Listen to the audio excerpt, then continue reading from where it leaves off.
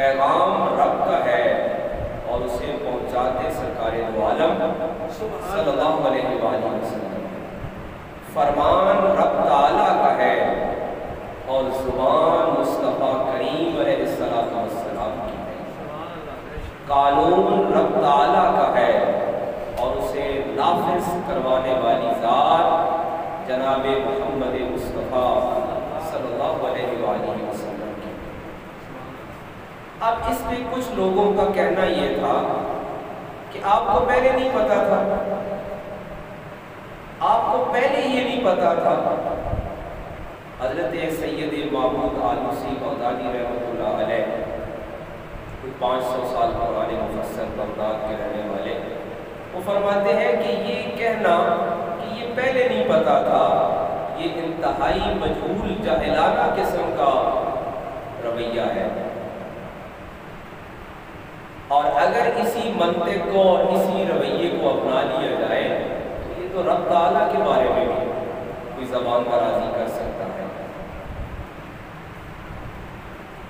آقا کریم علیہ السلام کے علم میں ہونا اور آقا کریم علیہ السلام کی زبان سے سنایا جانا، یہ دونوں الگ باتیں ہیں۔ حضرت سیدنا عیسیٰ علیہ السلام اپنی ماں کی گود سے جواب دے رہے ہیں، قال انی عبد اللہ آتانی الکتاب وجعلنی نبیا، کہ میں اللہ کا بندہ ہوں اور مجھے کتاب دے کر بھیجی گئی ہے اور نبی بنا کر بھیجا گیا ہے۔ اور آقا کریم علیہ السلام وقت گزرنے کے بعد کوئی موقع محل کوئی ایسا مرحلہ آیا کہ جب یہ جواب عنایت فرما رہے ہیں کہ جب ان کے اعتراضات بڑھ گئے تو پھر جواب دیا، اور جواب کس وقت ہے؟ کیونکہ قرآن خود گواہ ہے کہ وَمَا يَنطِقُ عَنِ الْهَوَىٰ إِنْ هُوَ إِلَّا وَحْيٌ يُوحَىٰ، یہ سوائے وحی کے اور کچھ نہیں کہتے، اس میں کوئی ذاتی خواہش بھی نہیں ہے، کوئی اپنی مرضی بھی نہیں ہے۔ اور یہاں جب مشرکین عرب کا اعتراض بڑھ گیا تو اللہ کریم نے وحی کے ذریعے اب یہ اجازت ہے، اذن ہے، حکم ہے، قل، اے میرے محبوب آپ فرما دیجیے، تعالوا اتل ما حرم ربکم علیکم، اور یاد رکھیے حلال اور حرام ہوتا ہی تب ہے جب زبان مصطفیٰ کریم علیہ السلام سے ادا ہوگا، جس پہ سند لگ جائے آقا کریم امام الانبیاء صلی اللہ علیہ وآلہ وسلم کی زبان کی، فرمایا اللہ تشرکوا بہ شیئا، پہلی بات یہ کہ شرک نہ کرو، وبالوالدین احسانا، اور دوسرا کام یہ کہ ہر حال میں والدین کے ساتھ احسان کرو۔ مفسرین کرام فرماتے ہیں کہ اللہ کریم نے اپنے کلام میں والدین کے لیے جہاں بھی ذکر کیا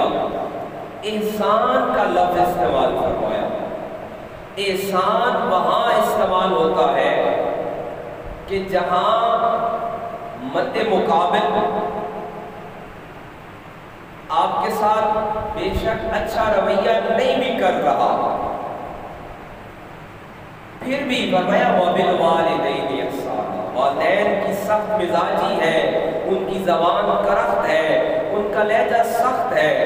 اور آپ یہ سمجھتے ہیں کہ ان کا رویہ آپ کے ساتھ مناسب نہیں ہے، فرمایا وبالوالدین احسانا، عدل نہیں کرنا ہے کہ والدین نے ایسا کیا ہے تو میں بھی ایسا کروں گا، نہیں، فرمایا وبالوالدین احسانا، کوئی اور رشتہ ہو سکتا ہے، کوئی اور دنیا کا تعلق ہو سکتا ہے جہاں پہ عدل کیا جائے، جہاں پہ برابر تولا جائے، مگر والدین کا رشتہ ایسا ہے، والدین کا تعلق ایسا ہے کہ رب کریم نے اپنی بندگی کے بعد کہ رب تعالیٰ کی ذات کے ساتھ کسی کو شریک نہیں ٹھہرانا، اور اس کے بعد دوسرا حکم یہ ہے وبالوالدین احسانا، کہ والدین کے ساتھ حسن سلوک کرنا۔ اس حسن سلوک کی بھی کئی انداز ہیں، جیسے ایک صحابی رسول آئے کہ یا رسول اللہ میری ماں زندہ تھی، میں کبھی ان کے پاؤں دباتا، کبھی انہیں وضو کراتا، کبھی انہیں کھانا کھلاتا،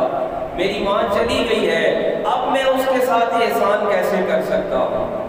دنیا سے رخصت ہو گئی ہے۔ آقا کریم علیہ السلام نے یہ نہیں فرمایا تیرا ختم ہو گیا ہے، اس کا ختم ہو گیا ہے، ختم نہ اس کا ہوا ہے نہ اس کا ہوا ہے۔ آقا کریم علیہ السلام کی زبان، اور یاد رکھیے یہ وہ زبان ہے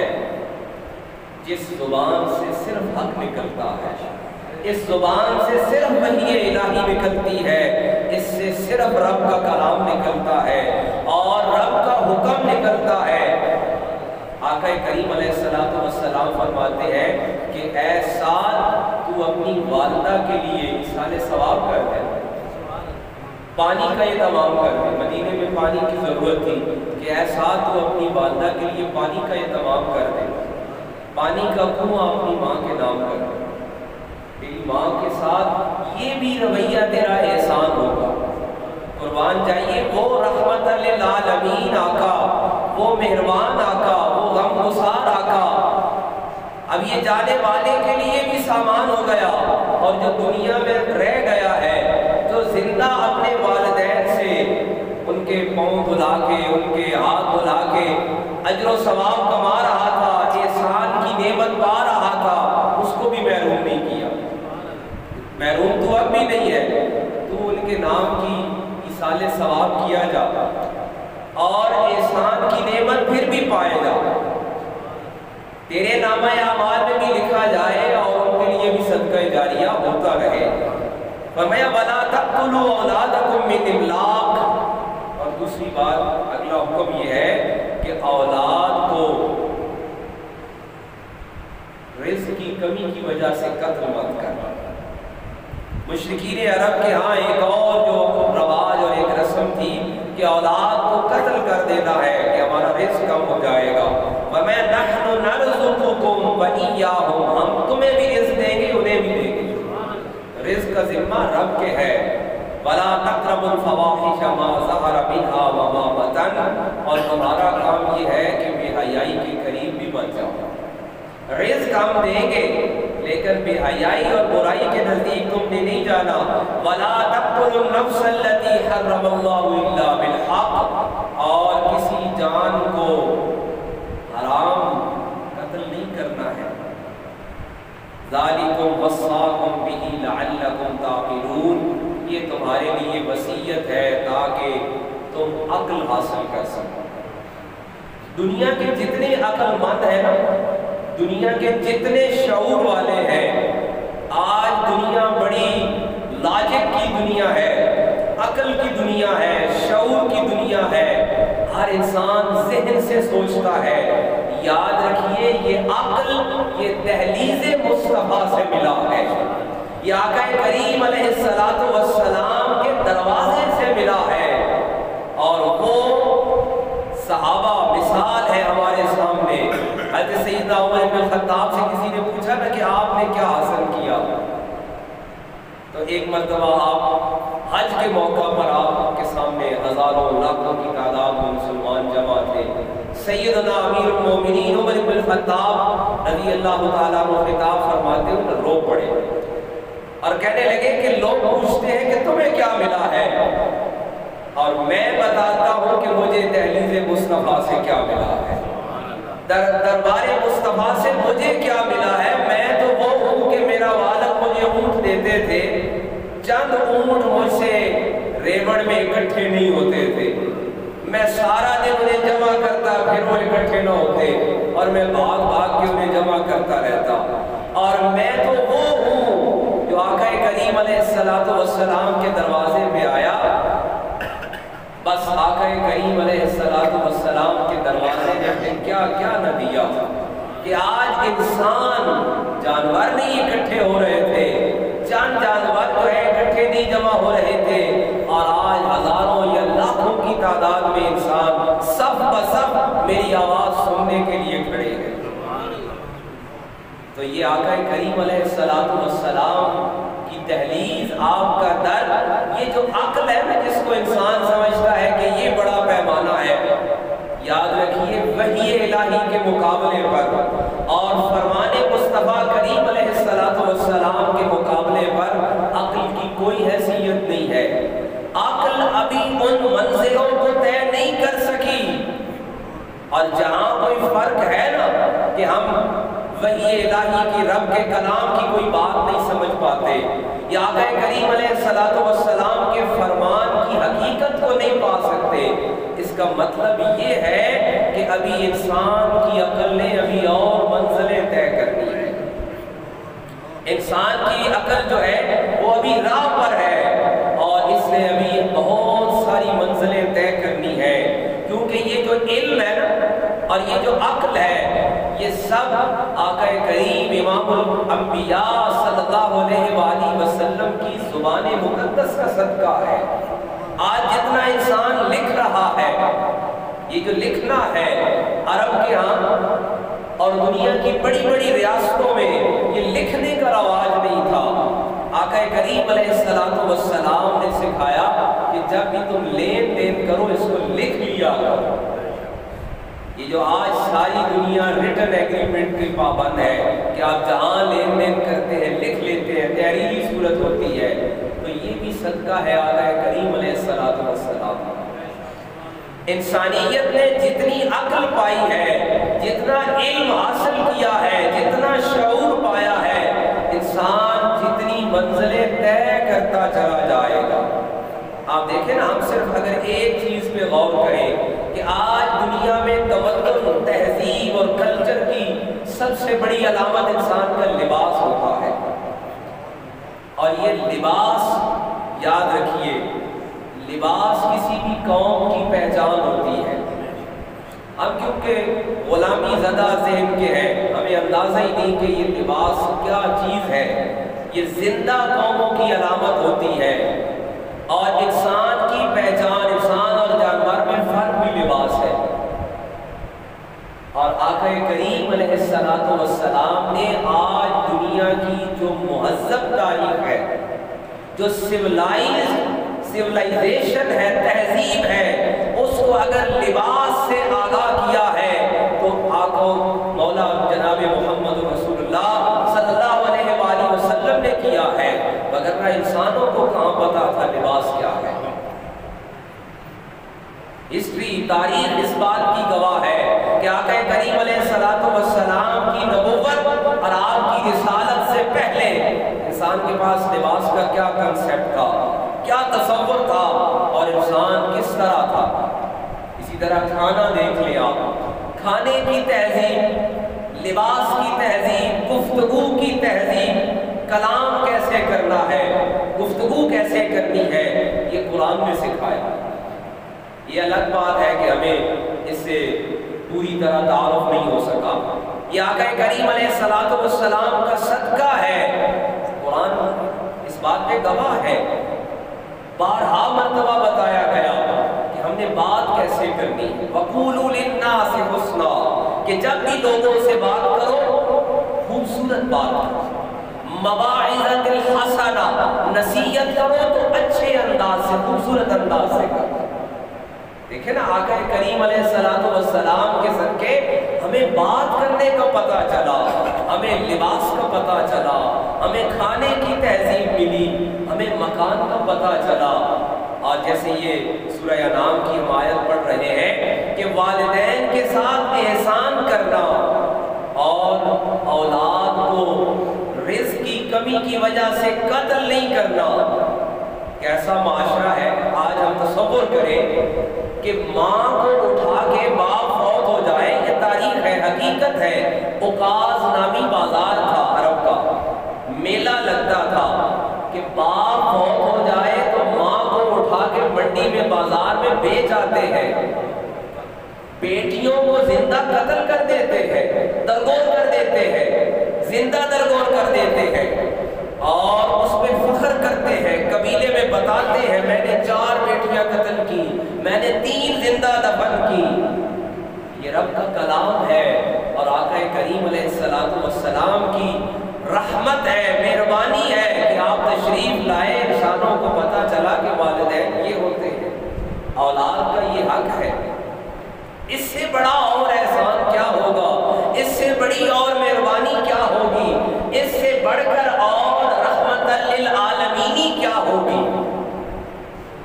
کوئی انسان یہ سمجھتا ہے نا کہ اس کے ساتھ آقا کریم علیہ السلام مہربانی کیسے ہوئی ہے تو وہ اپنے گھر پہ نظر کرے کہ اگر وہ والدین کا احترام کر رہا ہے، اسے یہ پتہ ہے کہ یہ میرے والدین ہیں، یہ احساس امام الانبیاء کا صدقہ ہے، یہ شعور ہونا کہ یہ والدین ہیں،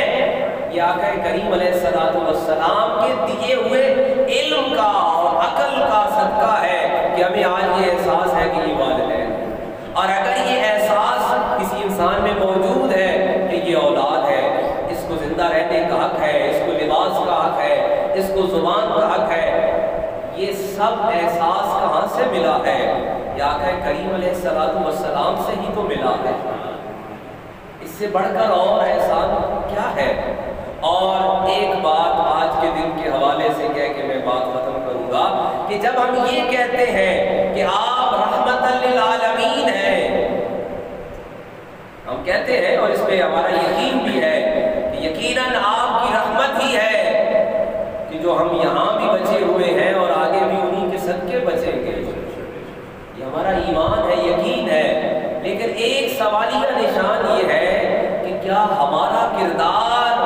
آپ کی رحمت للعالمین کی کوئی جھلک اس میں ہے؟ جب ہم یہ کہتے ہیں کہ ہم ان کے نام لیوا ہیں جو دونوں جہانوں کے لیے مہربان ہیں، رحمت کا کیا مطلب ہے؟ رحمت کا مطلب ہے مہربان، کہ وہ دونوں جہانوں کے لیے مہربان ہے۔ تو امتی کے لیے سوال یہ ہے کہ کیا تمہاری زبان سے، تمہارے کردار سے، تمہارے عمل سے کہیں کوئی مہربانی ٹپک رہی ہے؟ کہیں کوئی جھلک نظر آ رہی ہے؟ کہیں کوئی ذرا سا شائبہ موجود ہے؟ اگر نہیں ہے تو پھر امتی کو اپنے گریبان میں جھانکنا ہوگا کہ اگر ہم امیدوار ہیں، یقیناً ہم امیدوار ہیں، ہم طلبگار ہیں ان کی رحمت کے، لیکن سوال یہ ہے کہ اگر بروز حشر بات یہاں پہ آ جائے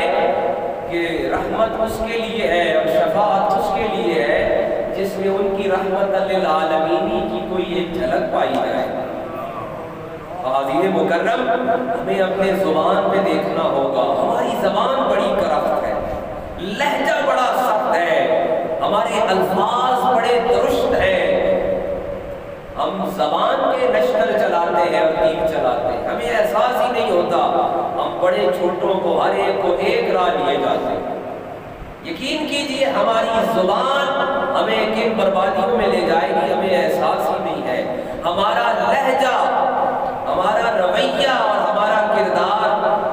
رحمت للعالمین کا متقاضی ہونا چاہیے، سیمبل ہونا چاہیے کہ ہم رحمت للعالمین کے نام لیوا ہیں، صوفیاء اولیاء کے نام لیوا ہیں۔ صوفیاء اور اولیاء کے ہاں کیا ہے؟ مہربانی ہے، کائنڈنس ہے، رحمت ہے اور حلاوت ہے، طبیعت میں شگفتگی ہے، نرمی ہے، ملائم ہے۔ اس طرح قرآن نے کہا نا کہ مومن کیا ہے کہ وہ جب آپس میں ہے مومن کے ساتھ ہے تو پھر اس کا مومن کے ساتھ رویہ ایسا ہے کہ وہ نرم ہے۔ ہمارا حال یہ ہے کہ ہم مسلمان کو ہی زبان سے کاٹ کھاتے ہیں اور ہمارے لہجے، ہمارے الفاظ اور ہماری زبانیں۔ تو حاضر مکرم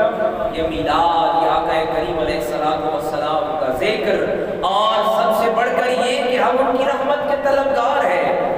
اور ہمیں یہ یقین ہے، یہ ایمان ہے کہ اس جہان میں بھی اور آگے بھی ان کی رحمت کے صدقے ہی کام بننا ہے۔ لیکن ایک سوال یہ ہے کہ کہیں ہمارے کردار میں کہیں ان کی رحمت کا کوئی اظہار ہے؟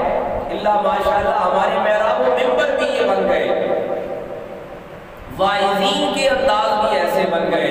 اور ہمارے سامعین کے انداز بھی ایسے ہو گئے، ہمارے لہجے سخت ہو گئے، ہمارے الفاظ سخت ہو گئے، ہماری زبانیں کرخت ہو گئی۔ عزیز مکرم ہم مسلمان آقا کریم امام الانبیاء رحمت للعالمین کے جو نام لیوا ہیں، ہماری زبانیں گواہ ہونی چاہیے، ہمارے لہجے گواہ ہونے چاہیے، ہمارا کردار گواہ ہونا چاہیے کہ ہم رحمت للعالمین کے نام لیوا ہیں، ہم ان کی رحمت کے طلبگار ہیں اور ان کی رحمت کے سیمبل ہے، اظہار ہے۔ ہر مومن، اس طرح حدیث پاک ہے نا کہ مومن کے ہاتھ اور زبان سے ہر مومن خیر پاتا ہے، ہر ہر ایک کو بھلائی ملتی ہے، اور آقا کریم علیہ السلام کے ساتھ محبت، نسبت، عشق یہ اس بات کا تقاضا کرتا ہے کہ ہمارے زبان سے، ہماری گفتگو سے، ہمارے کلام سے آقا کریم علیہ السلام کی رحمت کا اظہار